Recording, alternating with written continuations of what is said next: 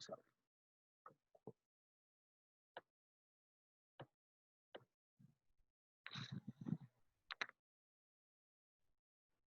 Bien, habíamos visto que tenemos aquí los alvéolos.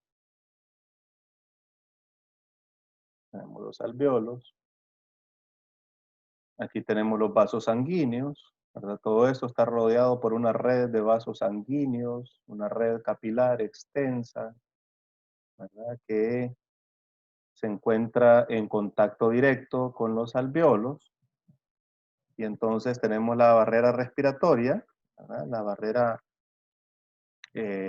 alveolar, que consta del epitelio alveolar, que ya vimos que está compuesto por dos tipos de células, los neumocitos tipo 1, que son macrófagos, y los neumocitos tipo 2, que producen surfactante. Estos macrófagos o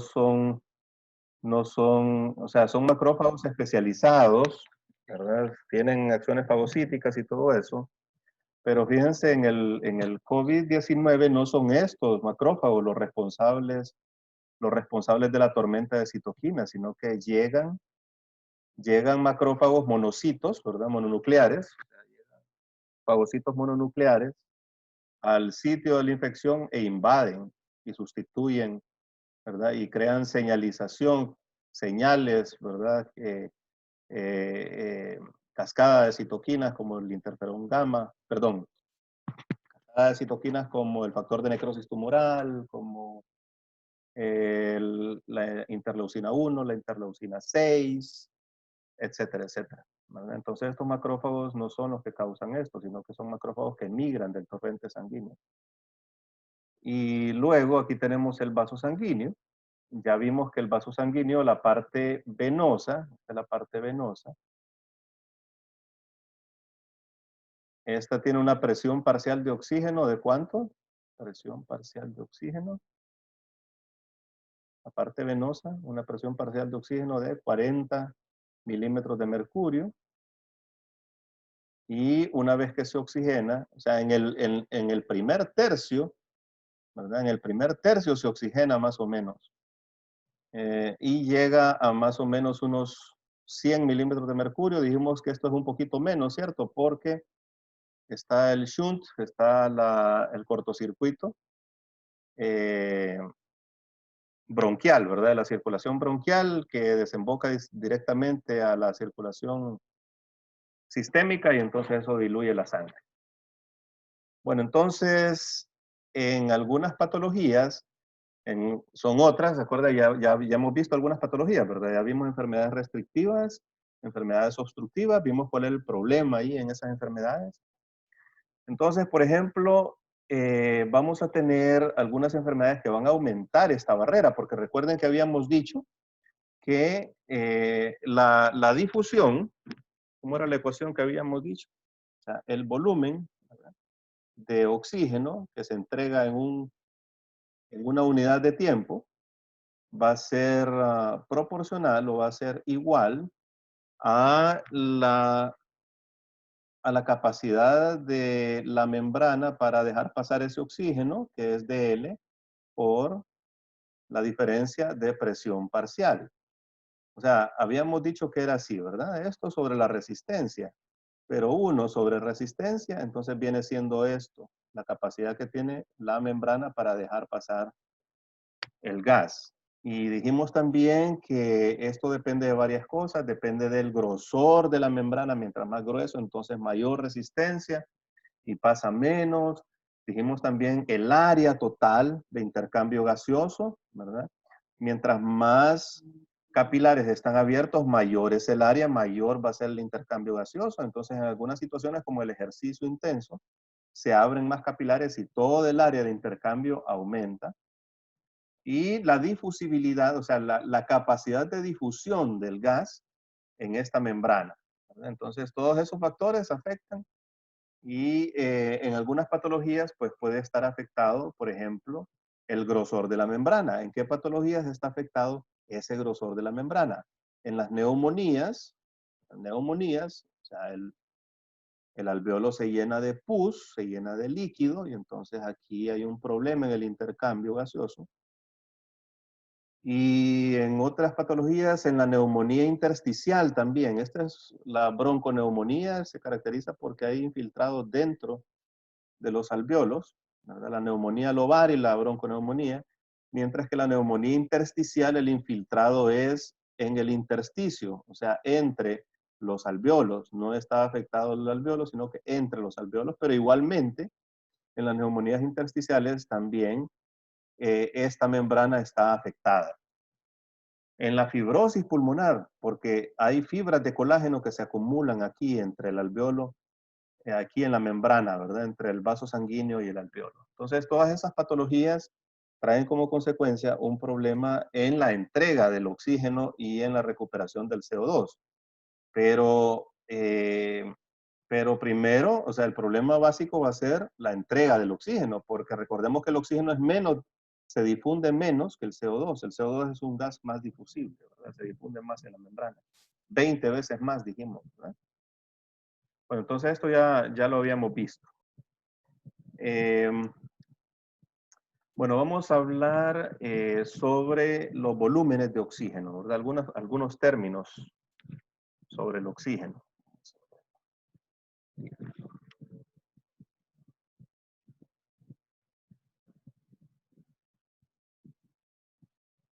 Bueno, entonces uno de los términos es capacidad de fijación del oxígeno.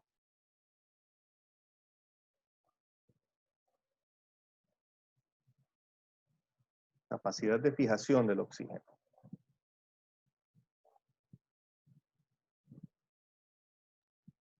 Y se mide en ml de oxígeno por,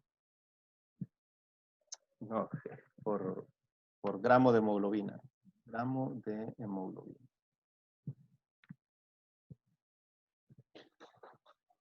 O sea, a cada gramo de hemoglobina, ¿qué cantidad de oxígeno se puede unir? Y esta es capacidad de fijación, ¿verdad? Y el otro término es el contenido de oxígeno.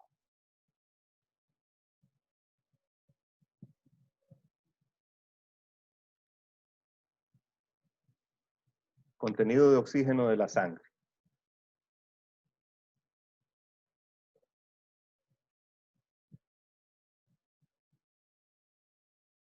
Bueno, entonces este se mide también igual que el otro en ml de oxígeno, pero por 100 ml de sangre. Y este es en 100 ml de sangre porque toma en cuenta la capacidad de unión del oxígeno a la hemoglobina como el oxígeno disuelto, porque el oxígeno es acarreado en la sangre de dos maneras. Uno, unido a la hemoglobina. La mayor parte del oxígeno se une a la hemoglobina. Y también hay una parte disuelta. O sea, son las dos fracciones, pero la gran mayoría del oxígeno es acarreado por la hemoglobina. Bueno, entonces tenemos el otro término que es la saturación.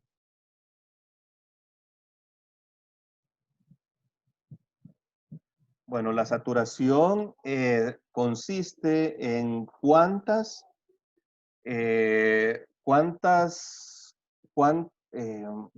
anillos, cuántos grupos M con sus anillos, con sus globinas, están transportando oxígeno en un momento dado en cada molécula. O sea, es un promedio de eso.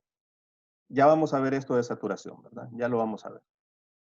Ya vamos a verlo un poquito más a fondo. Bueno, entonces el contenido de oxígeno, ahí tienen ustedes la ecuación en el libro, ¿verdad? Que se mide, o sea, contenido de oxígeno, vamos a poner así, contenido de oxígeno, se mide con la concentración de hemoglobina multiplicado por la capacidad de fijación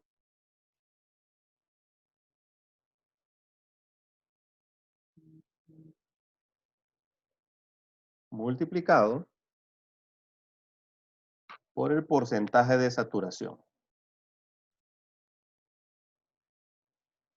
Bueno, entonces, este es el contenido de oxígeno de la hemoglobina. Y a esto le sumamos entonces más, ¿verdad? Más el oxígeno disuelto.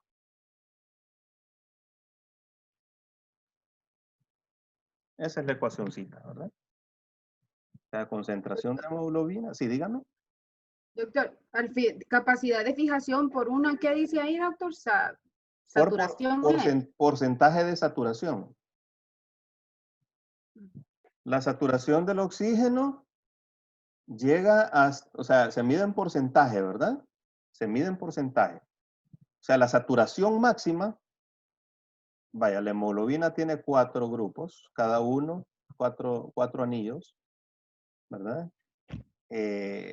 Cada uno de estos anillos puede fijar una molécula de hierro, ¿verdad? Cada uno de estos anillos, perdón, puede fijar una molécula de oxígeno.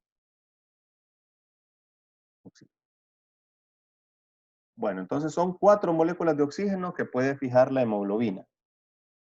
Si, si todas las moléculas de hemoglobina tienen una molécula de oxígeno fijada, entonces vamos a tener una saturación del 100%. La saturación va a ser del 100%. Si tienen 3 moléculas fijadas en promedio, ¿verdad? Entonces vamos a tener una saturación del 75%.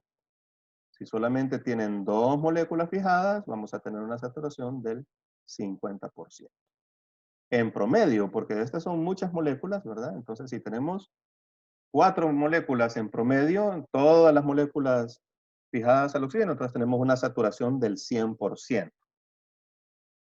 Bueno, nunca, vamos a dibujar de nuevo el capilar que pasa por acá, ¿verdad? Venoso. Y aquí el capilar arterial. Entonces el capilar arterial, dijimos que estaba a una presión parcial de 100 milímetros de mercurio. Y a una presión parcial de 100 milímetros de mercurio, los cuatro anillos se saturan, o sea, los 4 anillos fijan oxígeno y vamos a tener una saturación del 100%. Pero cuando esto pasa ya al corazón y luego a la aorta, como ha llegado la circulación bronquial, entonces esta saturación baja, ¿verdad? 97%. Entonces, por eso es que cuando ustedes toman con el aparatito este, que mide la saturación de oxígeno, nunca van a ver al 100%, ¿verdad? O sea, 97, al máximo 98. 97, 96 es normal todavía. Ustedes tienen una saturación del 97% y es normal. Nunca les va a llegar al 100% porque, ¿verdad? Está llegando sangre de allá de la circulación bronquial que está bajando un poquito la presión parcial. Entonces eso baja un poquito la saturación, 98%, así, 98%. Pero es bien difícil que ustedes encuentren 100% de saturación, ¿verdad? Porque se está diluyendo con esa sangre que está viniendo de la circulación bronquial. No es mucho, ¿verdad? Es casi siempre, es un poquito nada más que baja. Pero nunca va, o sea, ustedes ponen el aparatito, ¿verdad? Entonces van a tener 98%, está bien. No necesitan tener el 100%. Bueno, entonces vamos a hablar de la hemoglobina. La hemoglobina está formada por 2 cosas. Está formado por una proteína, ¿verdad? Que se denominan globinas, y por un grupo M. Entonces, estas 2 cosas componen la hemoglobina. Yo creo que esto ya lo han visto ustedes en otras clases, en bioquímica o algo así, ¿verdad? Pero vamos a darle una repasadita. Bueno, entonces primero vamos a ver el grupo M. El grupo M está formado, ¿cómo se forma? La succinilcolina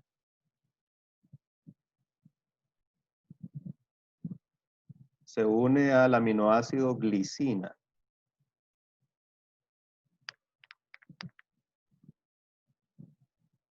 Y entonces forman un anillo pirrólico.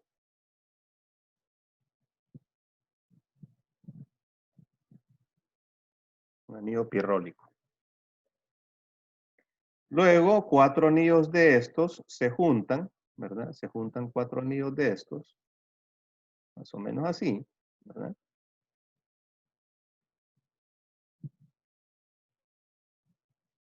Y entonces a esto se le va a llamar protoporfirina. O sea, son 4 anillos pirrólicos, forman una protoporfirina.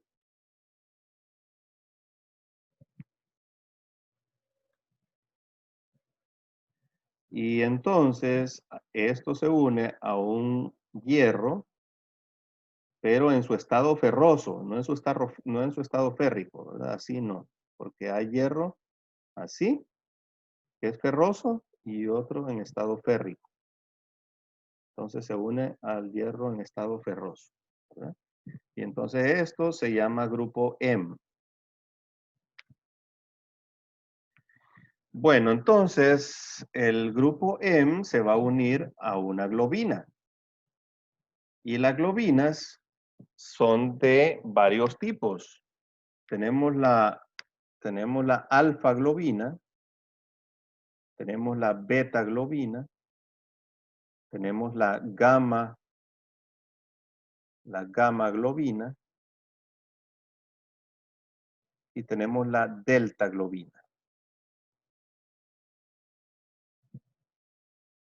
Bueno, entonces tenemos varios tipos de hemoglobinas. Tenemos la hemoglobina adulta.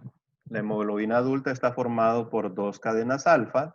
Bueno, entonces las cadenas alfa, ¿verdad? Se unen al grupo M. Las cadenas alfa se unen al grupo M.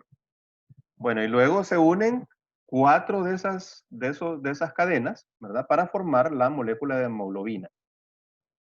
Entonces, una molécula de hemoglobina está formada, una hemoglobina adulta está formada por 2 cadenas alfa, 2 cadenas alfa y 2 cadenas beta. 2 cadenas alfa y 2 cadenas beta. Las cadenas alfa y las cadenas beta y las gamma y las delta vienen de genes que se encuentran en un solo clúster y son genes parálogos, se parecen mucho, pero hay diferencias entre ellas, ¿verdad? Hay diferencias. Entonces, 2 alfa y 2 beta es hemoglobina adulta. Y luego tenemos la hemoglobina fetal, que son 2 cadenas alfa y 2 cadenas gamma. Bueno, entonces forman la hemoglobina fetal. Y la delta es otro tipo de hemoglobina adulta, o sea, 2 alfa y 2 delta es otro tipo más infrecuente de hemoglobina adulta. Entonces, esos son los tipos de hemoglobina, ¿verdad? Y son 4 anillos. Uno, o sea, el grupo M se une a la globina y se unen 4 de esos, ¿verdad? 4 de esos. Por lo tanto, una molécula de hemoglobina puede transportar 4 moléculas de oxígeno.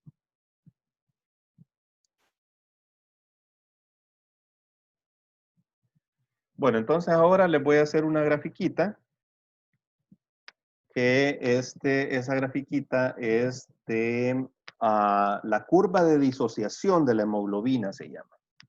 Curva de disociación de la hemoglobina. Vamos a dibujar acá.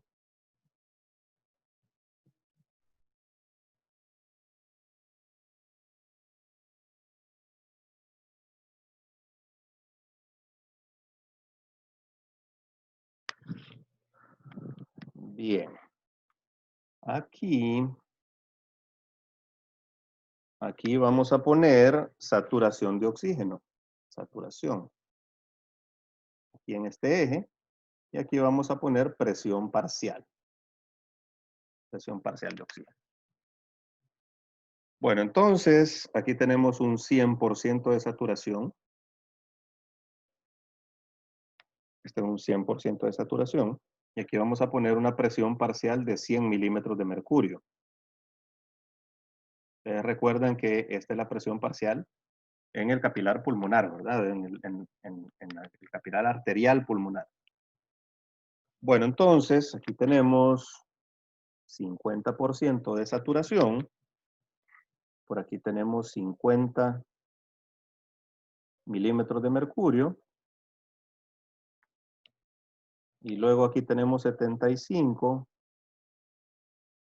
Y por aquí tenemos 25. Esta es presión parcial, ¿verdad? Y esta es saturación. Entonces queremos ver cómo se satura la hemoglobina dependiendo de la presión parcial, ¿verdad? Dependiendo de esta presión parcial en la que está el oxígeno, ¿qué tanto se va a saturar la hemoglobina? Lo que necesitamos en la sangre arterial es que tenga una saturación aproximada casi que llegue al 100%, ¿verdad? Eso es lo que necesitamos. Bueno, entonces la hemoglobina, la saturación de la hemoglobina sigue una curva más o menos así. Vamos a ver. 50-25. Acá vamos a poner un puntito acá. Es más o menos así.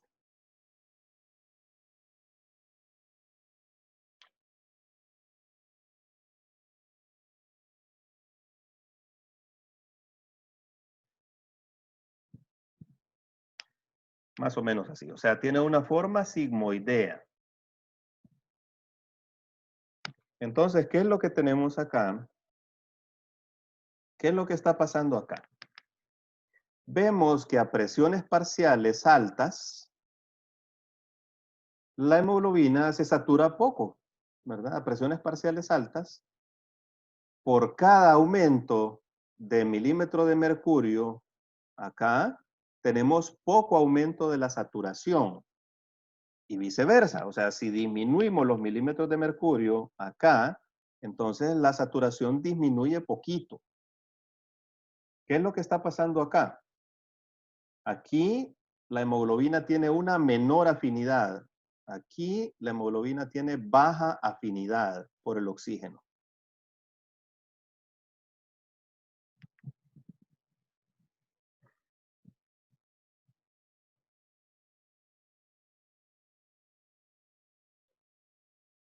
Vamos a ver, permítanme un segundito, permítanme un segundito.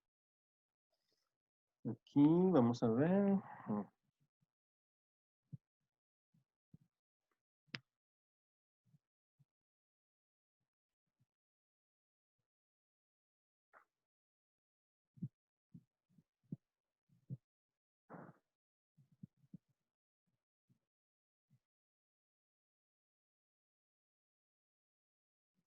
Permítanme un segundito.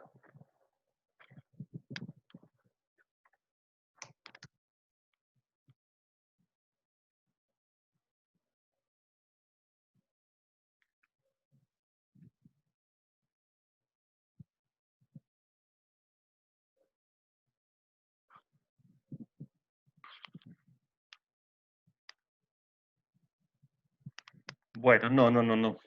Olvídense de lo que les dije ahorita. Esto aquí es...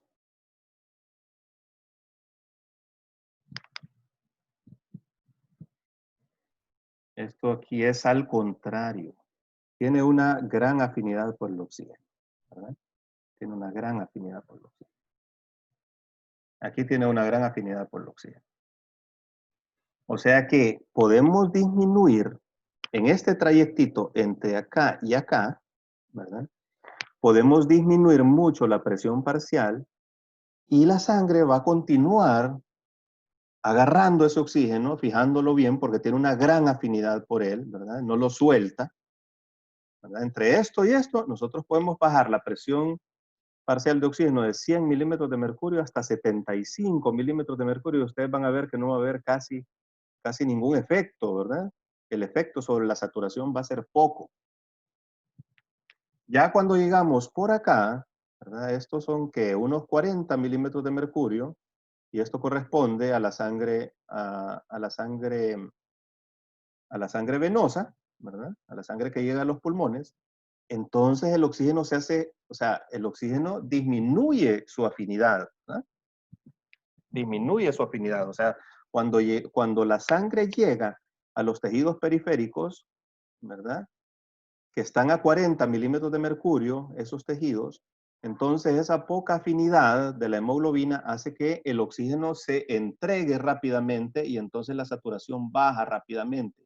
En este trayectito de acá, baja rápidamente. Entonces, por eso es que la hemoglobina tiene esta capacidad. ¿Por qué tiene esta capacidad de tener una gran afinidad a presiones parciales altas y una baja afinidad a presiones parciales medias? O sea, lo que sucede es que funciona así. Cuando se une un grupo de un oxígeno a uno de los anillos, entonces la hemoglobina se hace más, los otros anillos se hacen más afines. Esto crea un cambio conformacional en toda la molécula que hace que los otros anillos, que el segundo anillo sea más sensible a unirse al oxígeno y entonces se une más fácilmente al oxígeno. Y si tenemos dos oxígenos, entonces se une más fácilmente a un tercer oxígeno y si tenemos tres, se une más fácilmente a un cuarto oxígeno. Por lo tanto, acá, donde tenemos una saturación bastante alta, le va a costar menos unirse al oxígeno y agarrar esos oxígenos, atesorarlos, no los quiere soltar. Y entonces esto es útil ¿dónde?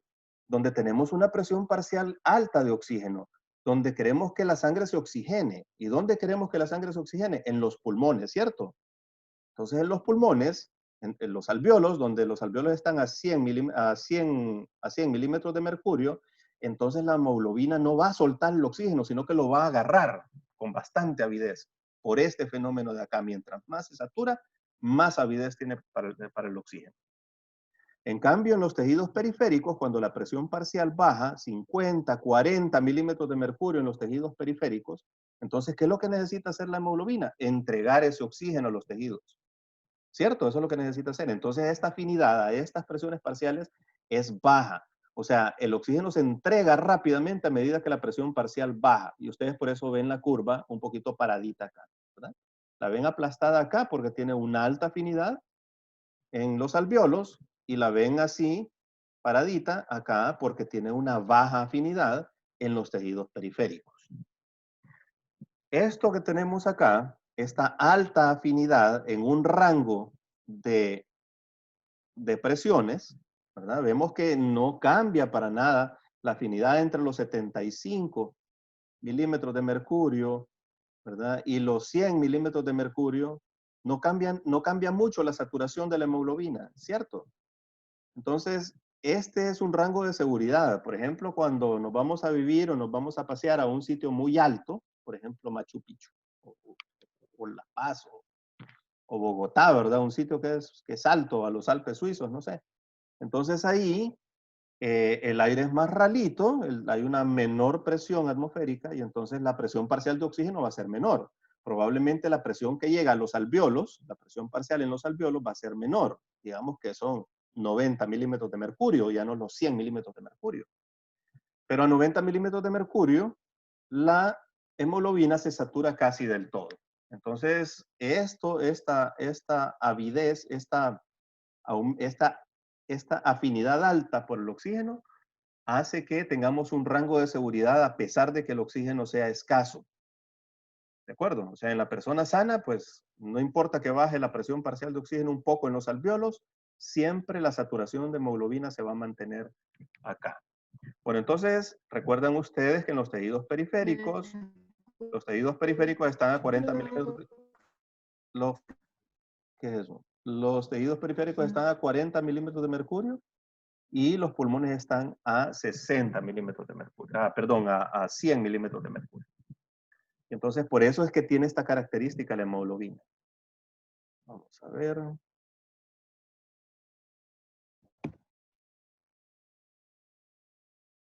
¿Entendido? ¿Se entiende bien esa gráfica?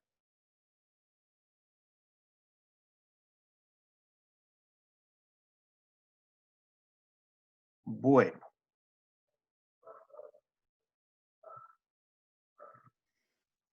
Yo ¿Bien tengo esa una gráfica? duda en la que usted dijo de que a presiones altas la hemoglobina se satura poco o bastante.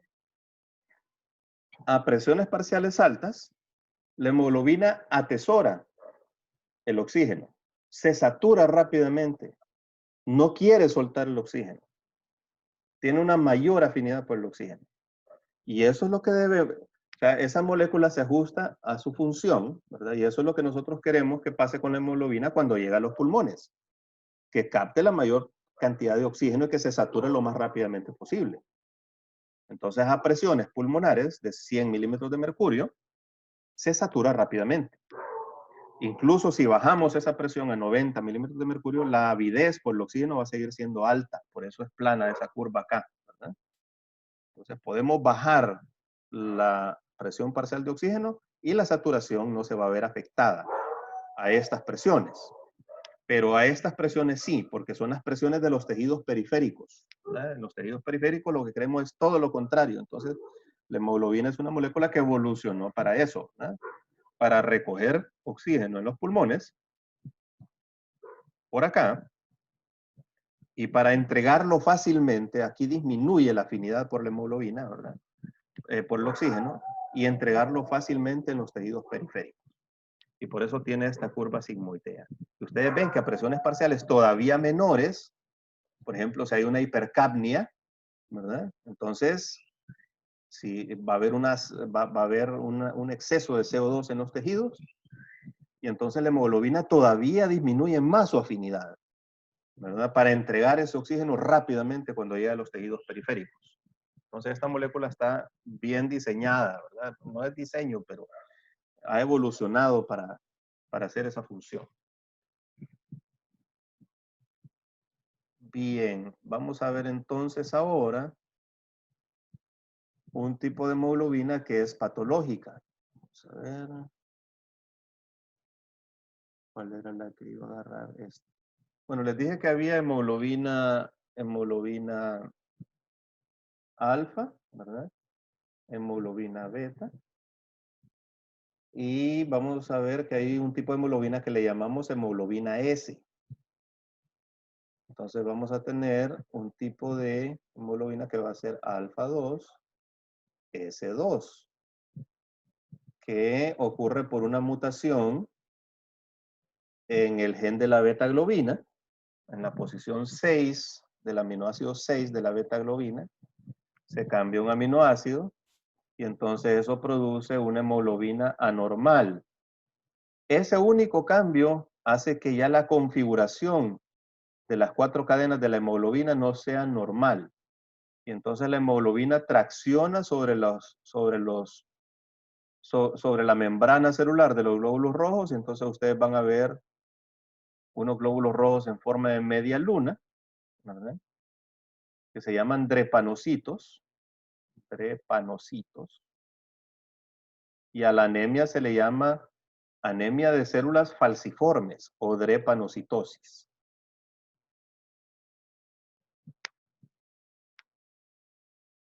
Entonces, esa es una de las formas de anemia.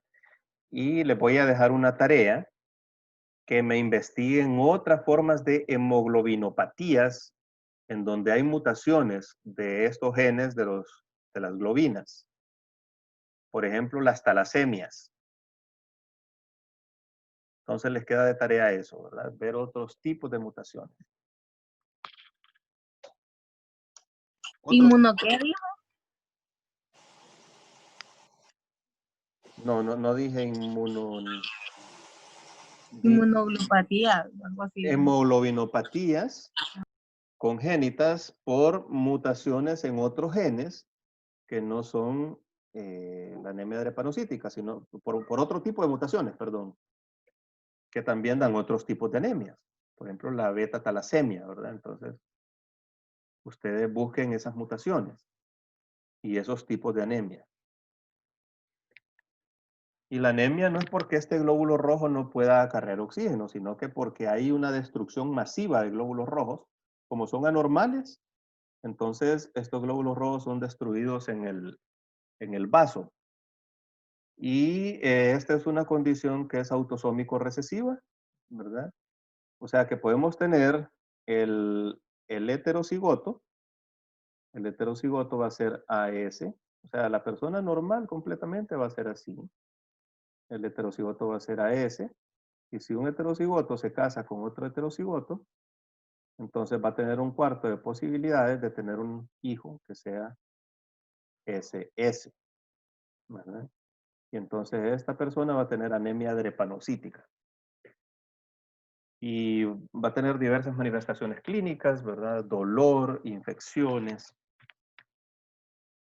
Entonces esta es la drepanocitosis. Pero hay otros tipos de anemias, entonces eso quiero que lo investiguen, ¿verdad?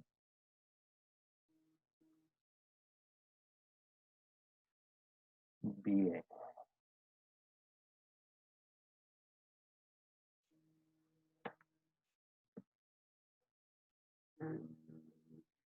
Bien. Ahora vamos a ver algo bastante interesante. Vamos a ver el corrimiento de la curva de la hemoglobina, el corrimiento de la curva de disociación de la hemoglobina hacia la izquierda y hacia la derecha. Vamos a ver. Eraser. Vamos a borrar acá.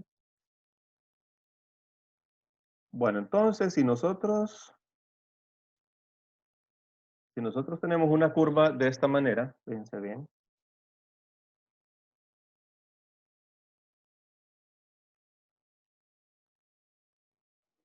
Y tenemos una curva de esta manera.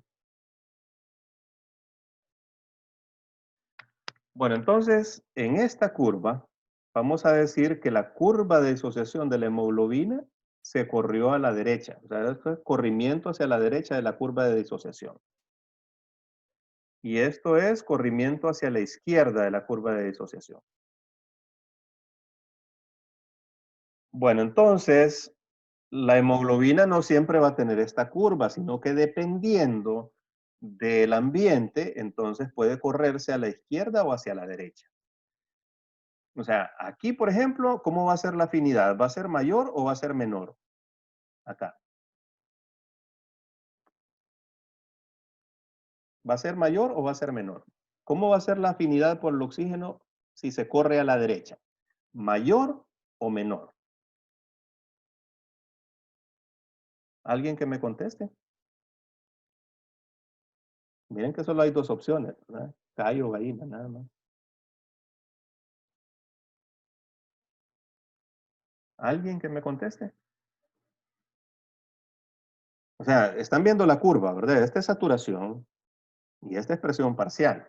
Entonces, si la curva se corre hacia la derecha, ¿qué está pasando ahí con la hemoglobina? ¿La afinidad por el oxígeno es mayor o es menor? Es bien Es sencillo. mayor la afinidad, creo. ¿Es mayor? Sí. No, es menor. Porque miren que a mayor... Doctor, vuelvo a explicarlo, no lo entiendo. ¿Ah? No entiendo. Bueno, sí. Usted ve aquí, esta es presión, ¿verdad? Es presión. Y la afinidad por la hemoglobina se ve acá, en la saturación. Mientras más se satura, más afín es. Mientras menos se satura, menos afinidad es. Entonces aquí necesita mayores presiones parciales para que se sature lo mismo. Aquí se satura a menores presiones parciales. ¿Cierto? Aquí se satura al 50% a 25 milímetros de mercurio, pero si se corre a la derecha, entonces probablemente se sature a 50%, va a necesitar casi 50 milímetros de mercurio para saturarse al 50%. Entonces aquí la saturación es menor, porque necesita mayores presiones parciales para saturarse igual, ¿verdad? ¿De acuerdo? Entonces aquí la afinidad es menor, mientras que aquí a este lado es todo lo contrario. A presiones parciales bajitas, ya la hemoglobina se está saturando bastante. Miren, por acá ya ha alcanzado casi un 100%, ¿verdad? A presiones parciales bajas. Entonces aquí el corrimiento a la derecha significa disminución de la afinidad. Y el corrimiento a la izquierda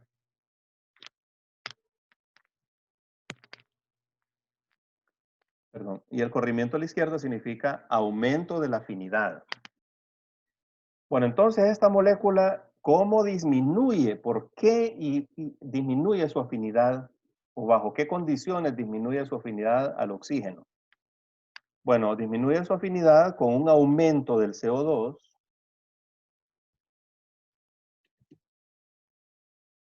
sea, cuando hay aumento de CO2 se corre a la derecha. Con un aumento de los iones hidronio o sea, disminución del pH, ¿cierto?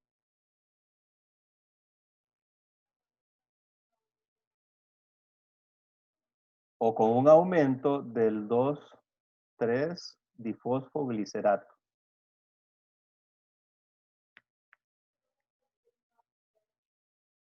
Entonces, en esas condiciones, se corre la curva de afinidad hacia la derecha. Bueno, entonces, ustedes pueden ver que, ¿qué es lo que pasa cuando estamos en una actividad física intensa o cuando un órgano está en una actividad física intensa? Aumenta la tensión de CO2, aumenta la producción de iones hidronio, ¿cierto? Porque el CO2 son iones hidronio prácticamente, son interconvertibles, pero también el hidronio viene del ácido láctico, del metabolismo. El metabolismo produce iones hidronio. Entonces aumenta la concentración de iones hidronio y aumenta también el 2,3-difosfoglicerato. Entonces, cuando eso sucede, la hemoglobina, la afinidad de la hemoglobina se corre a la derecha. ¿Para qué? Para entregar mejor, como tiene menor afinidad, entonces le cuesta menos entregar a los tejidos el oxígeno. ¿De acuerdo? Entonces, en condiciones de metabolismo intenso o de actividad intensa de un órgano, entonces la hemoglobina va a entregar más rápidamente el oxígeno a ese órgano porque va a disminuir su afinidad. Al contrario, cuando el órgano está en reposo, entonces, ¿qué es lo que disminuye? Disminuye el CO2, disminuyen los iones hidronio, o sea, está un poco más alcalino el medio, disminuye el 2,3-difosfoglicerato, y entonces en esa situación, la afinidad de la hemoglobina por el oxígeno va a aumentar porque no necesita entregarlo tanto a los tejidos, entonces aumenta. Otra cosa, la hemoglobina fetal tiene, o sea, está hacia la izquierda, tiene un corrimiento hacia la izquierda normal con relación a la hemoglobina adulta. O sea, tiene una mayor afinidad al oxígeno que la hemoglobina adulta. ¿Por qué creen ustedes que es así?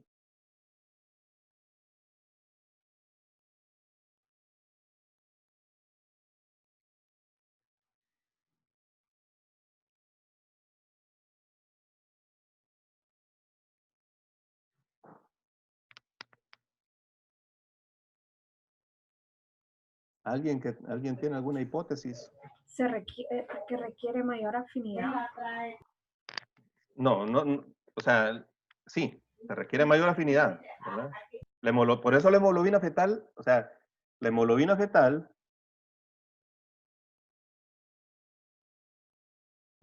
es más afín al oxígeno que la hemoglobina adulta, ¿verdad? Que la hemoglobina A. Esta se llama hemoglobina F y esta se llama hemoglobina A. Bueno, se me olvidó decirles esto, ¿verdad? La hemoglobina F está en la vida intrauterina, ¿verdad? Solamente tenemos esta hemoglobina. Cuando la hemopoiesis, cuando la síntesis de glóbulos rojos se realiza primero se realiza en el hígado y luego posteriormente, ¿verdad? La síntesis de la hemoglobina se realiza en los huesos, en la médula de los huesos. Y entonces cuando ya se realiza en los huesos, ya va cambiando de hemoglobina F a hemoglobina A. Y por último, ya en el niño, ya en crecimiento, ¿verdad? Ya la hematopoiesis se realiza nada más en los huesos planos, o sea, en el esternón, en la escápula, en las vértebras, ¿verdad? Huesos que son planos. Ahí se realiza básicamente las costillas, ¿verdad? Ahí se realiza más que todo la hematopoiesis, o sea, la síntesis de nuevos glóbulos rojos. Y la destrucción de los glóbulos rojos se realiza en el vaso. Los glóbulos rojos son células que no tienen núcleo, pierden todo su núcleo, ¿verdad? O sea, están llenitas de hemoglobina, parecen pataconcitos, ¿verdad? Llenos de hemoglobina. Entonces pierden todo su núcleo y su vida media es más o menos unos 20 días. Después de unos 20 días más o menos, ¿verdad? Es vida media. Es vida media. Unas antes, otras después. Pero entonces en estos 120 días son recicladas, son destruidas en el vaso, ¿verdad? Y los componentes, que son el grupo M es metabolizado en el hígado, ¿verdad? Y la globina, pues la hemoglobina es una proteína que es reciclada. Bueno, entonces, nosotros, o sea, los adultos, continuamos sintetizando un poquito de hemoglobina F. No es que no tenemos, ¿verdad? Siempre hay un poquito de hemoglobina F. Pero lo que predomina en nosotros es la hemoglobina A. ¿De acuerdo? Bueno, entonces, ¿alguna hipótesis de por qué es necesario que la hemoglobina fetal, la hemoglobina F, sea más afín al oxígeno?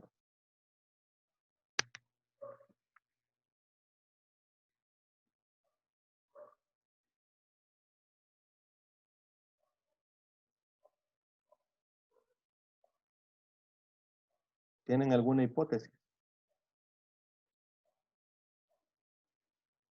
O sea, ¿por qué tiene un corrimiento hacia la izquierda? Bueno, es sencillo. Porque, Porque necesitan más. perdón, Los bebés no tienen como respirar un poquito más rápido. No sé si tiene que ver eso. tienen un metabolismo más acelerado, dice usted. Sí, porque los bebés como que no respiran como uno. Respiran como más, como que se hubieran agitado. Bueno, pero acuérdense que estamos hablando del embrión y el feto, ¿verdad? Estamos hablando del feto. Sí. Y ellos no respiran todavía, ¿cierto? Pero sí necesitan desarrollar sus pulmones, me imagino. Sí, respiran líquido amniótico, pero la respiración de líquido amniótico no tiene nada que ver con el intercambio gaseoso. Recuerden, todo el intercambio gaseoso en la vía intrauterina se realiza en la placenta. O sea, la placenta es el órgano de intercambio, ¿verdad? O sea, no hay otra fuente de oxígeno, ni de nutrientes, y algunas hormonas, y ¿verdad? Ahí se realiza. Lo que pasa es que la sangre arterial que llega a la placenta no está, recuerdan ustedes, por el shunt que hay de la circulación bronquial, no va a estar a 100 milímetros de mercurio como los alvéolos, sino que va a estar menor, ¿verdad? Va a ser una presión parcial menor, ¿vale? Unos 95. Entonces, tiene que saturarse completamente a una presión parcial menor. Entonces, por eso debe tener una mayor afinidad al oxígeno, porque la presión parcial es menor y debe saturarse completamente a esta presión parcial, ¿verdad? Y eso lo hace porque estas cadenas gamma se unen pobremente al 2,3-difosfoglicerato. No se unen. Entonces, no tiene el 2,3-difosfoglicerato no tiene efecto sobre la hemoglobina fetal. Y por eso hay un corrimiento hacia la izquierda.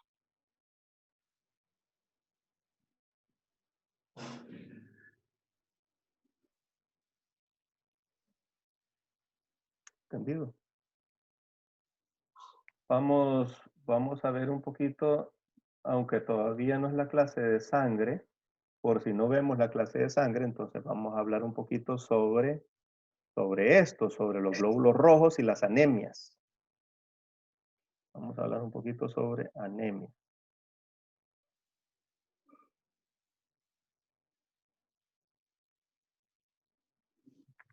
Hasta aquí estamos bien, ¿verdad?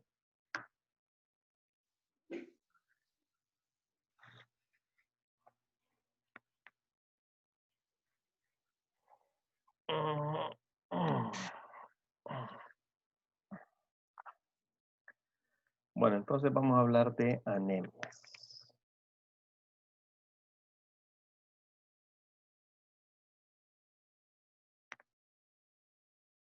Bueno, entonces, ¿qué es anemia? Ustedes ya saben de esto un montón. ¿Qué es anemia? ¿Alguien que me diga?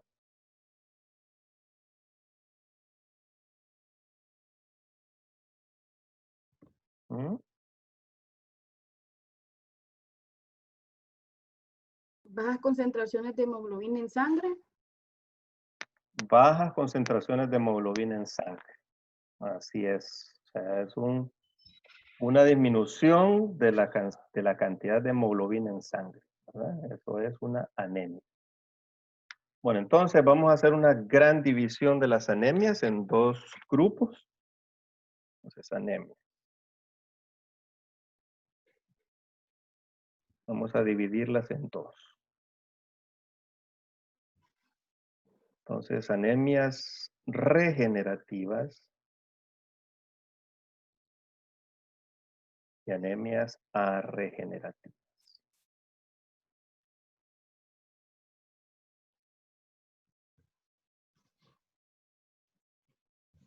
Bueno, antes de eso, ¿cómo medimos esto? ¿Cómo medimos? Por medio de dos exámenes. Uno es el hematocrito, ¿verdad? Es el hematocrito. Entonces, con el hematocrito, lo que hacemos es que ponemos la sangre en un tubito que se llama capilar. Es un tubito de ensayo bien delgadito, ¿verdad? Tubo capilar. Entonces ponemos la sangre acá, metemos eso en una centrífuga, la metemos en una centrífuga. Y entonces después de un tiempo la sacamos, ¿y qué es lo que va a pasar? La sangre se va a dividir en dos fracciones, la fracción de células y la fracción líquida. Entonces, la fracción de células va a tener en su gran mayoría glóbulos rojos. Y luego va a tener una bandita por acá que son los glóbulos blancos y eso se llama puffy coat, se llama eso. Una bandita de glóbulos blancos acá y por aquí están las plaquetas también. Un poquito más arriba están las plaquetas. Entonces, glóbulos rojos, glóbulos blancos y plaquetas. Y entonces lo que se hace es medir esto y ver qué porcentaje de glóbulos rojos corresponde al total, ¿verdad? Pues la sangre está hecha de dos fracciones, la fracción celular, estas son las células, y esto que está aquí se denomina plasma. Entonces el plasma ¿qué es? Es agua más electrolitos más las proteínas. Entonces plasma es agua, electrolitos más proteínas.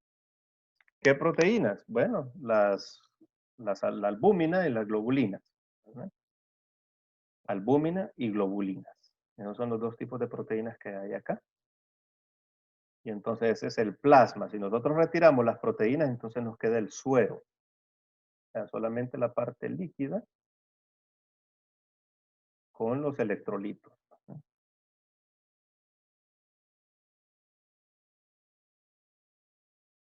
Bueno, entonces medimos esto y eso es el hematocrito, ¿verdad? Anda alrededor de un 40%. Entonces eso es más o menos lo normal, ¿verdad? Y luego medimos la hemoglobina, que se mide en gramos por decilitro. O sea, ¿cuántos gramos de hemoglobina? Hemoglobina, ¿verdad? Se mide en gramos por decilitro. ¿Cuántos gramos por decilitro hay en la sangre? Entonces lo normal viene siendo entre 13 y 16, más o menos. Este es el rango normal, ¿verdad? De la hemoglobina. Y luego tenemos otras medidas, ¿verdad? Tenemos una que se llama volumen corpuscular medio. Y tenemos otra que se llama concentración media de hemoglobina corpuscular. Volumen corpuscular medio y corpuscular. ¿Y qué es lo que mide esto? Esto mide el volumen de los eritrocitos y esto mide la concentración de hemoglobina en cada eritrocito. La concentración promedio. Entonces, tenemos estas otras dos medidas. Bueno, entonces,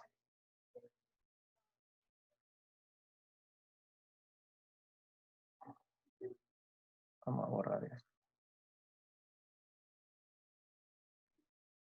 ¿Entendido qué es lo que vamos a ver básicamente? Vamos a ver hemoglobina, concentración media de hemoglobina corpuscular, volumen corpuscular medio la hemoglobina, que es la cantidad de hemoglobina por decilitro de sangre, y también el hematocrito, ¿verdad? ¿Qué porcentaje de células constituye la sangre?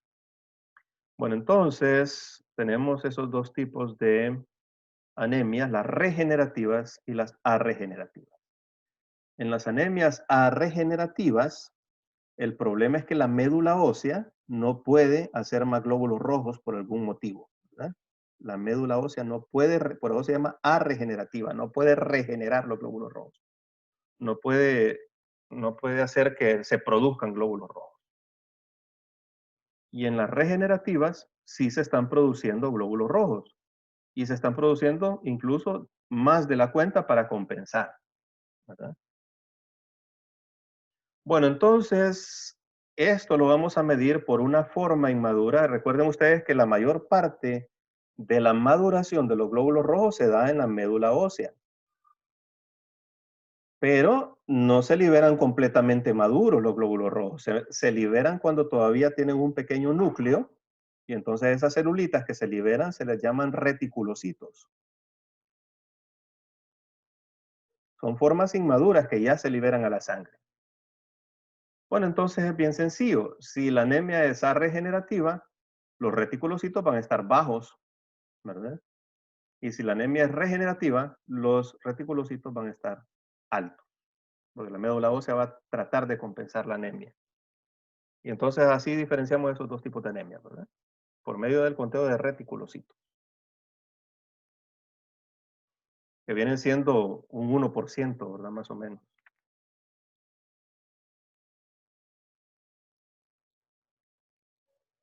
Bueno, entonces vamos a ver un poquito sobre las anemias,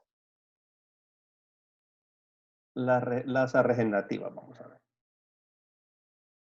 No se producen glóbulos rojos, no se producen glóbulos rojos, se están produciendo poco, la médula ósea no puede producir, aunque quiera, ¿verdad? Bueno, entonces, las anemias regenerativas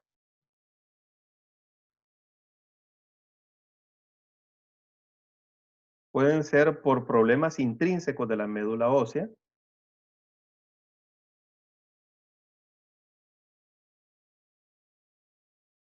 Por ejemplo, una aplasia medular.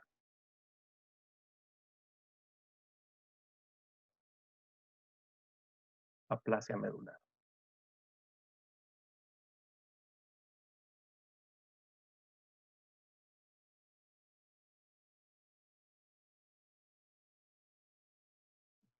Entonces, en la aplasia medular se dejan de producir todas las células de la médula ósea, ¿verdad? Por algún motivo.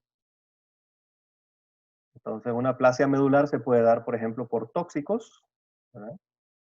Ciertos tóxicos usados continuamente pueden producir una aplasia medular. Sustancias quimioterapéuticos para el cáncer, ¿verdad? También producen aplasia medular. Y luego tenemos la anemia aplásica.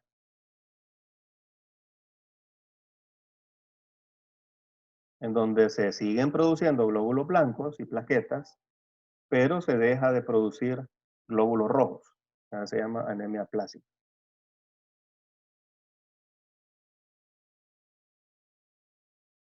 Luego tenemos algunos déficits alimenticios, ¿verdad? Bueno, entonces aquí, ¿qué es lo que vamos a ver? Reticulocitos ausentes o disminuidos, o bien disminuidos, bien bajitos. Bueno, vamos a tener déficit alimenticio donde hace falta un nutriente. Por ejemplo, el ácido fólico. Hay un déficit de ácido fólico. Entonces vamos a tener una anemia porque la síntesis, la proliferación de glóbulos rojos en la médula necesita de dos cosas que son esenciales en la alimentación, que es el ácido fólico y la vitamina B12. O cianocobalamina.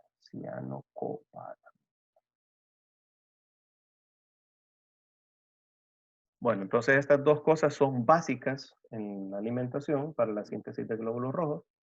Si falta alguna de ellas, cualquiera de las dos que falte, entonces vamos a tener una anemia que se va a llamar anemia megaloblástica.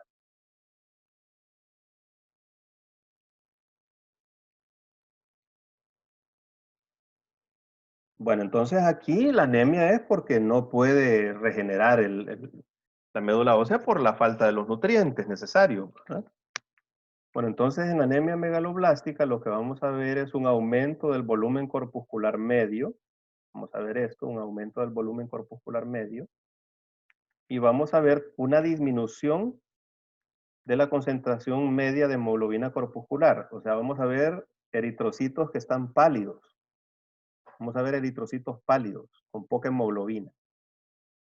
Entonces, estas dos características son, si ustedes ven esto, entonces van a estar ustedes ante cualquiera de estas dos cosas, ¿verdad? Un déficit de vitamina B12 o un déficit de ácido fólico o ambas. El déficit de ácido fólico puede ser por algo que se denomina anemia, ¿cuál es el nombre?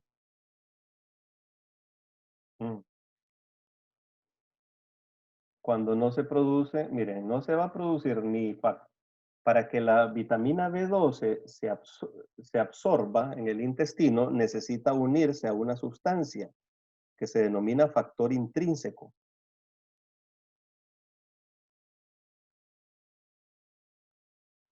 Entonces se necesita esta sustancia para que la vitamina B12 se absorba. El factor intrínseco es producido por las células del estómago. Las mismas células que producen el ácido clorhídrico. ¿Cuáles son? ¿Las parietales o las principales?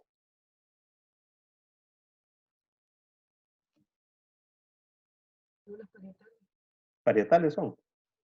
Que producen el ácido clorhídrico, y también factor intrínseco, las dos cosas.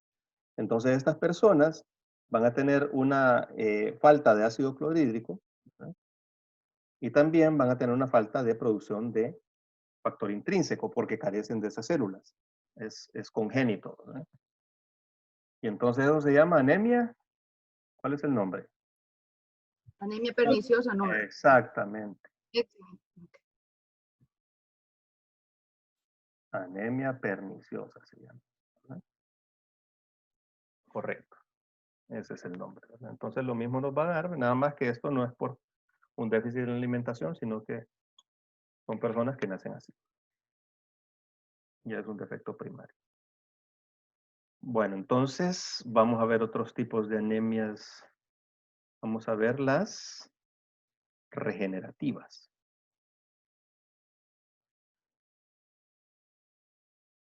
Las regenerativas. Bueno, las anemias hereditarias, donde hay un problema con la hemoglobina, ¿qué tipo creen ustedes que va a ser, esta o esta? O sea, donde hay un problema con la hemoglobina. ¿Cómo? Vuelvo a repetir lo que me quedé en blanco. Disculpe, doctor. Sí, o sea, las anemias donde hay un problema con la hemoglobina, que es un problema congénito como la hemoglobina S, van a ser de este tipo, van a ser regenerativas. ¿Por qué? Porque va a haber un aumento de la destrucción de los glóbulos rojos, porque van a ser glóbulos rojos anormales. Entonces, por eso ocurre la anemia. ¿Eh? Entonces, van a ser de tipo regenerativo. Entonces, la médula está tratando de regenerar, va a haber un aumento de reticulocitos, pero esos glóbulos rojos van a ser anormales.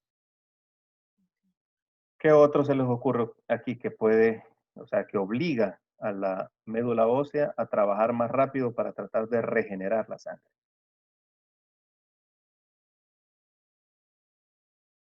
¿Qué otra cosa se les ocurre?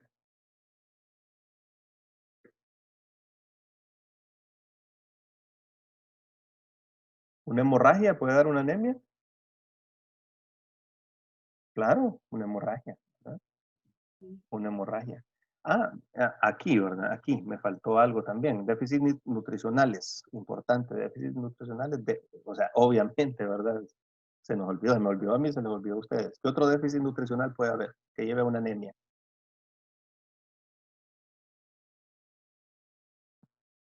¿Qué puede hacer falta para que dé anemia? Además de ácido fólico, Fólico. vitamina B12. ¿Ah? Hierro. Hierro, Hierro, claro, hierro.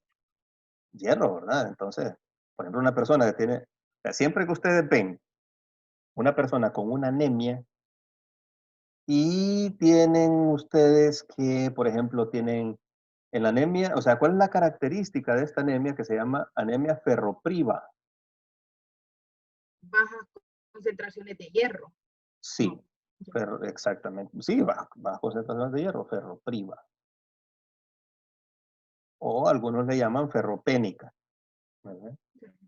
Pero el nombre más usado es ferropriva. Bueno, entonces, la anemia ferropriva se caracteriza por el volumen de los glóbulos rojos está bien disminuido. Entonces tienen lo que se denomina una microcitosis. Y también la concentración media de hemoglobina corpuscular va a estar disminuida. Y esto se denomina microcitosis y, vaya, estas lagunas me están molestando. Se llama hipocromía. Hipocrómica. Entonces la anemia va a ser, ¿verdad?, microcítica Hipocrómica. e hipocrómica, ¿verdad? Entonces, si ustedes ven una anemia así, donde esto está disminuido y esto también está disminuido, entonces están ante una anemia ferropriva. Y si ustedes encuentran una anemia de estas características en una persona que por lo demás es sana, entonces ustedes van a pensar, en primer lugar, que tiene algún tipo de sangrado en algún lado, un sangrado oculto, ¿verdad? Por ejemplo, un sangrado gastrointestinal oculto. Entonces ustedes tienen que comenzar a investigar esos sangrados. Tienen que investigar si hay un cáncer o si, por ejemplo, tienen una parasitosis que causa un sangrado, como por ejemplo una uncinaria, ¿verdad?, que mastica los intestinos y causa sangrados. Entonces tienen que interrogar, ¿verdad?, por presencia de sangre en las heces, melena que se llama, y todo eso, ¿verdad? Entonces es importante en estas anemias buscar siempre sangrados ocultos. Si es una persona que se alimenta correctamente, no tiene por qué tener este tipo de anemia, ¿verdad? En las muchachas es un poquito común un poquito de anemia, ¿verdad? Es común que tengan, pero más que todo, o sea, no llegan a esto, sino que llegan generalmente a hemoglobinas de 12, ¿verdad? Entonces, en una mujer no es raro, porque si no se está alimentando adecuadamente, no está ingiriendo el hierro adecuado, entonces de pronto la menstruación, por ahí se pierde hierro y pueden hacer ese tipo de anemias, ¿verdad? Pero entonces una hemorragia, después de que para la hemorragia se recupere el líquido, se hace una hemorragia muy intensa, obviamente va a llevar a una anemia. Obviamente, ¿no? Y una anemia regenerativa. Si ustedes hacen un hematocrito, unos días después van a ver disparados los reticulocitos, 5%, 6% de reticulocitos.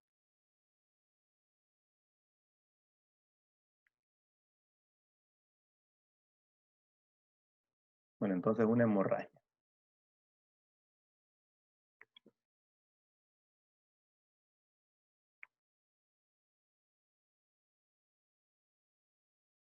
Bueno, ¿alguna pregunta hasta acá? ¿Qué síntomas va a producir una anemia? Debilidad. Debilidad, Cansancio, claro. O sea, va a haber una disminución del volumen total de oxígeno, ¿verdad? De esa medida que dijimos nosotros que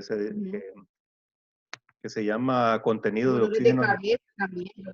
¿Perdón? Cefaleas. Cefaleas. También presentan. ¿Por qué? Va a disminuir el contenido de oxígeno en la sangre, que sacamos por aquella ecuacioncita, ¿verdad? ¿Por qué? Porque está disminuido el hematocrito. Y recuerdan que parte de la ecuación es la concentración de hemoglobina. Y el hematocrito es eso, ¿verdad? Es el porcentaje de células que hay, entonces la concentración de hemoglobina disminuye. Por lo tanto, el contenido de oxígeno va a disminuir. Y por eso va a haber, o sea, la perfusión a los tejidos va a estar comprometida. Y entonces van a tener síntomas como debilidad, cansancio, hipersomnolencia, va a pasar con sueño. Uñas Náuseas, quebradizas. eso. Mientras, perdón, mientras mayor sea la anemia, mientras más severa sea la anemia, entonces vamos a encontrar signos como taquicardia. Ujú. Entonces recuerdan ustedes que la resistencia vascular está dada, uno de los parámetros es la viscosidad de la sangre, ¿cierto? Entonces si hay anemia, la viscosidad va a disminuir, va a tender a haber hipotensión, y entonces el sistema simpático va a corregir esa hipotensión y vamos a encontrar taquicardia. Es uno de los signos de la anemia, ¿no? Vamos a encontrar palidez. ¿Por qué encontramos palidez? ¿Por qué? Los glóbulos rojos. No, no, no es porque faltan glóbulos rojos. O sea, sí faltan, pues en la anemia falta, o sea, falta la hemoglobina, ¿verdad? Pero Ah, la palidez no es por ajá. eso. ¿Por qué será? Entonces, ¿Ah? ¿por qué sería, doctor? La palidez es porque, la palidez, recuerden, el mismo reflejo simpático va a hacer que haya varias cosas, vasoconstricción,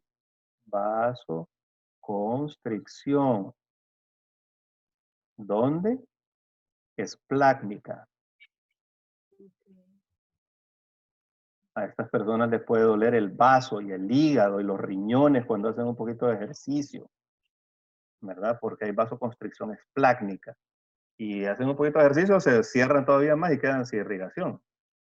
Y va a haber vasoconstricción de la piel también. La piel, va a haber una vasoconstricción de la piel. Y esto sucede para poder, lo mismo que para una hemorragia, porque ya habíamos visto hemorragia, ¿se acuerdan? Entonces, para una hemorragia lo que va a haber es una derivación de la sangre de estos sitios a los órganos vitales, para que no se quede sin perfusión el corazón y el cerebro más que todo. Entonces, por eso hay palidez. Son personas que ven muy pálidas. Puede haber otra cosa que se llama hipotensión ortostática.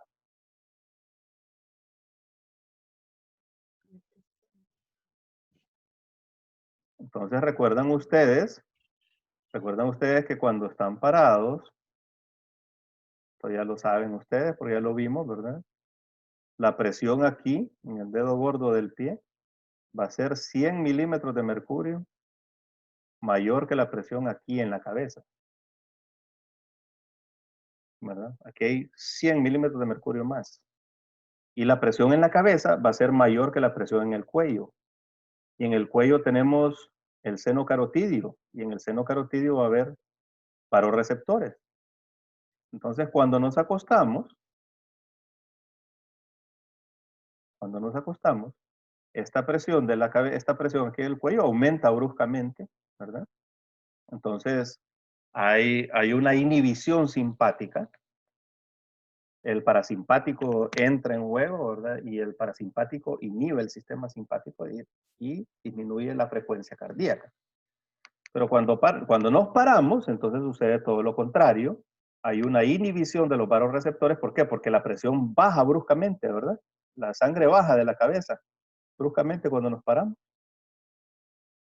Y entonces para aumentar la presión acá abajo y baja la sangre. Entonces al bajar la sangre, eso lo detectan los vasoreceptores, entonces inmediatamente los vasoreceptores inhiben el parasimpático y dejan libre al simpático para que aumente la fuerza de contracción y la frecuencia cardíaca.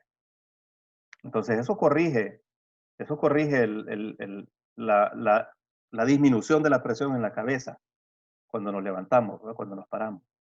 Pero una persona que está anémica no le ajusta el reflejo vasoreceptor como para subir la sangre hasta acá y dejar el cerebro bien perfundido. Entonces se para y se marea y se puede desmayar y se puede caer. Eso se llama hipotensión ortostática, que no solamente lo da esto, lo dan las hemorragias y lo dan ciertos medicamentos, ¿verdad? Hay medicamentos, más que todo antihipertensivos, que pueden hacer esto también. Un beta bloqueador puede producir hipotensión ortostática, porque está bloqueando ese reflejo, ¿verdad? Está bloqueando la respuesta del corazón. Bueno, entonces esos son los signos generales, ¿verdad? Lo contrario, ¿qué sería lo contrario de la anemia? ¿Cómo se llama todo lo contrario de la anemia? ¿Alguien sabe?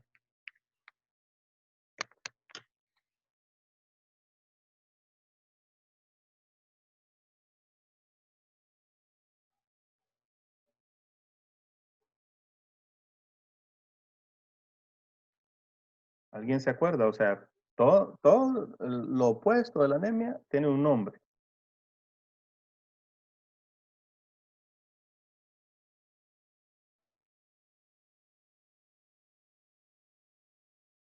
Policitemia no sería. Policitemia, correcto, es la policitemia. Permítame un segundo.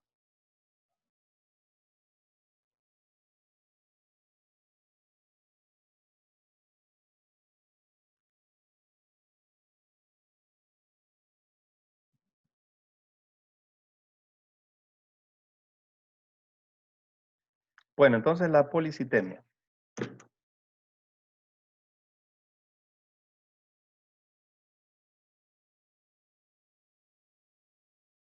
Policitemia.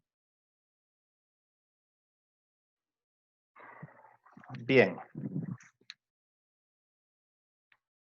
La policitemia es un hematocrito alto.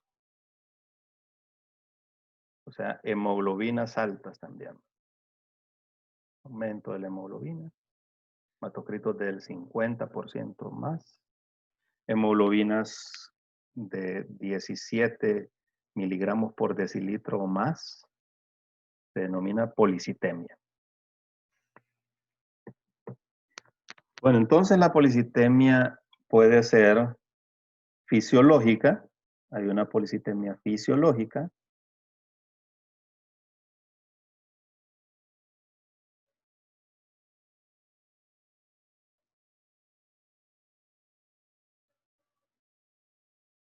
Bueno, entonces fisiológica, ¿por qué? Ustedes saben que todas las células de la médula ósea,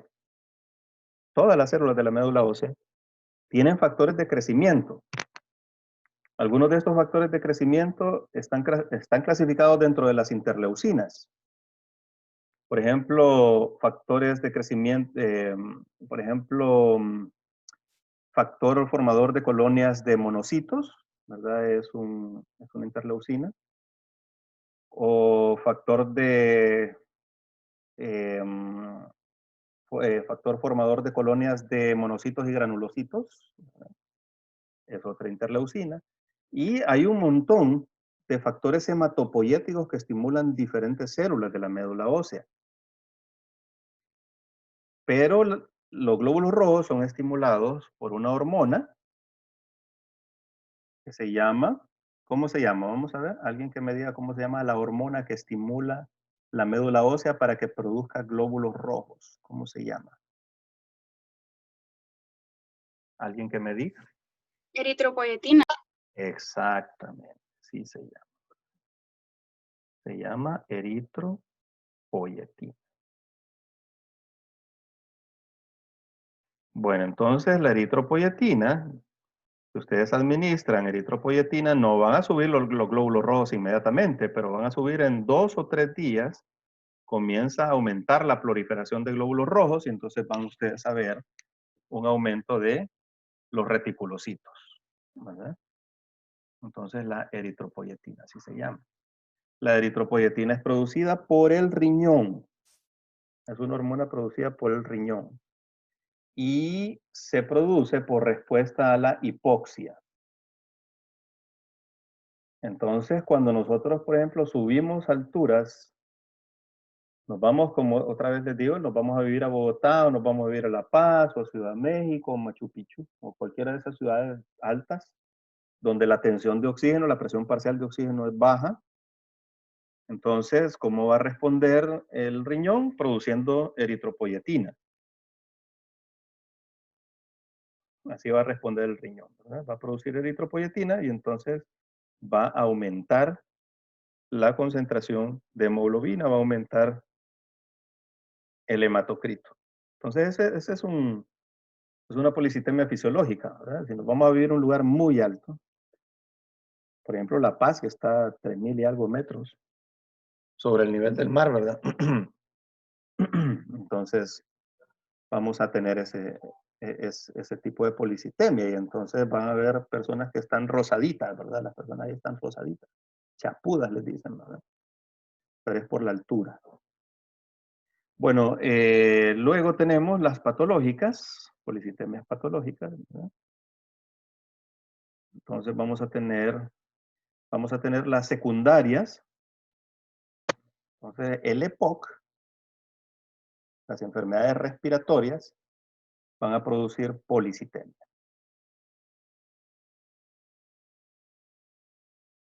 Las enfermedades respiratorias. Fumar, el tabaco produce policitemia también.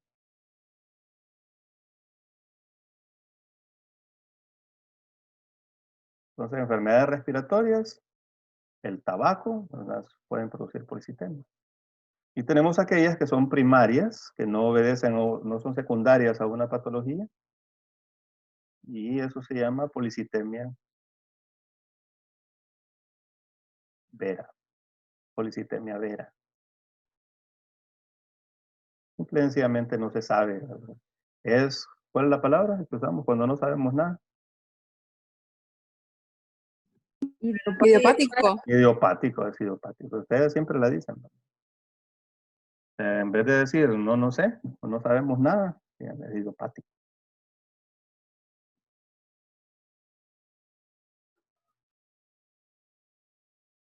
Bueno, entonces esas son las causas de policitemia. Y recuerden ustedes que al aumentar la viscosidad de la sangre, esto va a contribuir a la presión arterial y puede contribuir a la hipertensión también.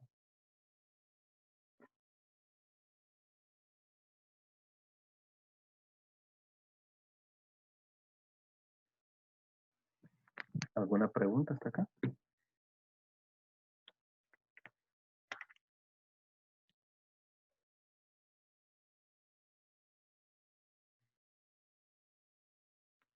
¿Cómo se denomina a la disminución de la saturación de oxígeno?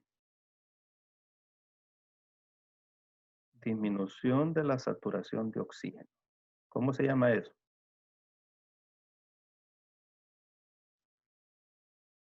Ustedes han visto que en esta enfermedad disminuye la saturación de oxígeno, ¿verdad?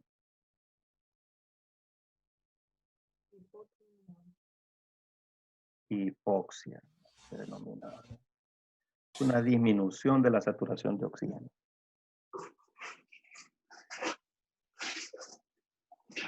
En el libro sale una... Es lo mismo que hipoxemia. Hipoxemia, sí. Es lo mismo. Doctor, Dígame. y una pregunta de la anemia.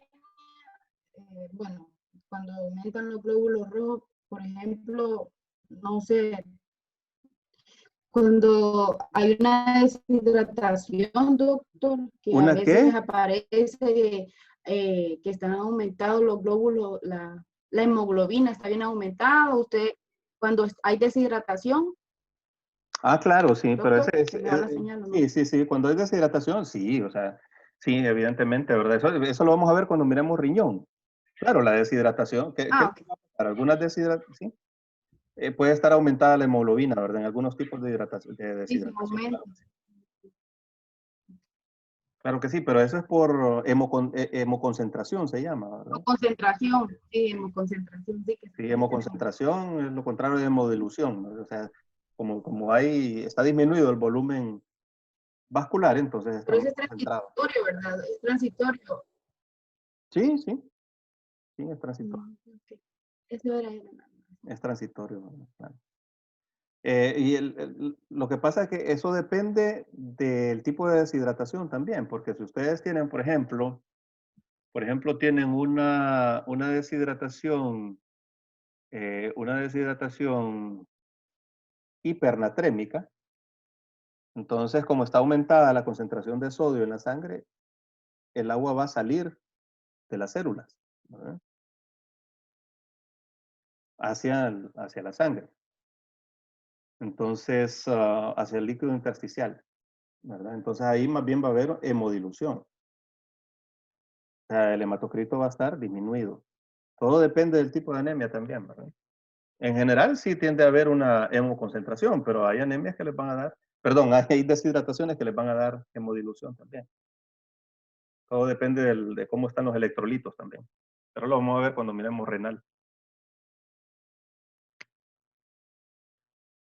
Bueno, ¿qué otra cosa? ¿Qué otra cosa les iba a decir? Ah, bueno, hipoxia se denomina, ¿verdad?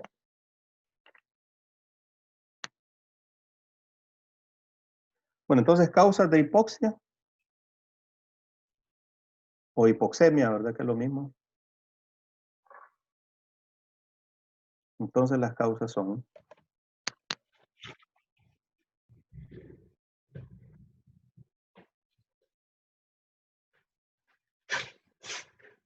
¿verdad? Una disminución de la presión parcial. Bueno, hipoxia es una disminución de la... en el libro dice de la presión parcial, ¿verdad?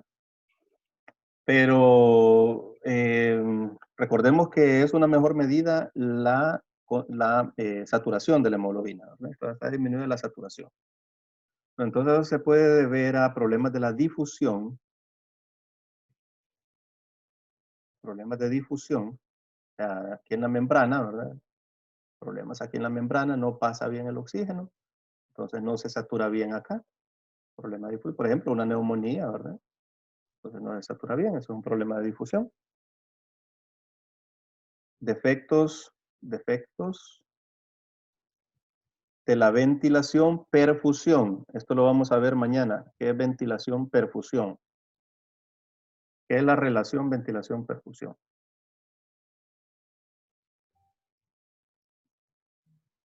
Entonces ese es. Y cortocircuitos o shunts. Cortocircuito.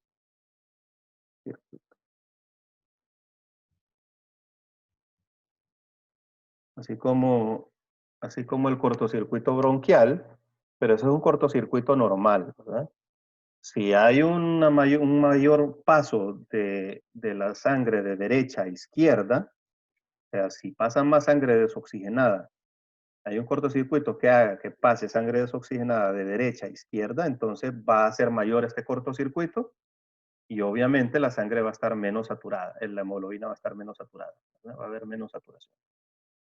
Entonces estas son las tres causas de hipoxia. Toda la hipoxia la podemos clasificar acá. En el COVID, por ejemplo, COVID-19, al principio se pensó que este era el problema, ¿verdad? Que este era el problema. Entonces se ponía aire a alta presión acá para forzar el paso, ¿verdad? Del oxígeno hacia acá. Una ventilación a presión positiva. Pero luego, después de las autopsias, entonces lo que nos dimos cuenta es que era el vaso sanguíneo el que se cerraba y habían problemas de este tipo, ventilación, perfusión, ¿verdad? Porque aquí hay microcoágulos, hay trombos, hay microtrombos aquí tapando los vasos sanguíneos. Entonces hay problemas en la ventilación, perfusión. Pero eso lo vamos a ver mañana, ¿verdad? ¿Alguna pregunta?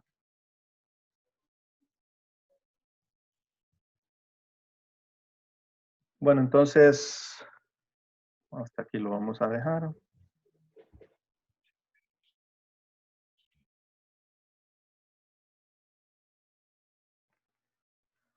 Bueno, entonces, ¿está claro todo lo que hablamos?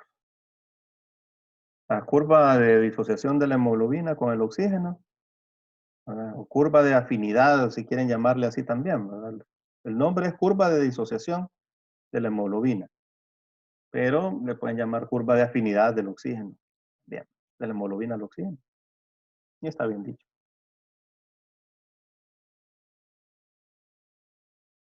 Bueno, entonces, si no hay ninguna pregunta, nos vemos.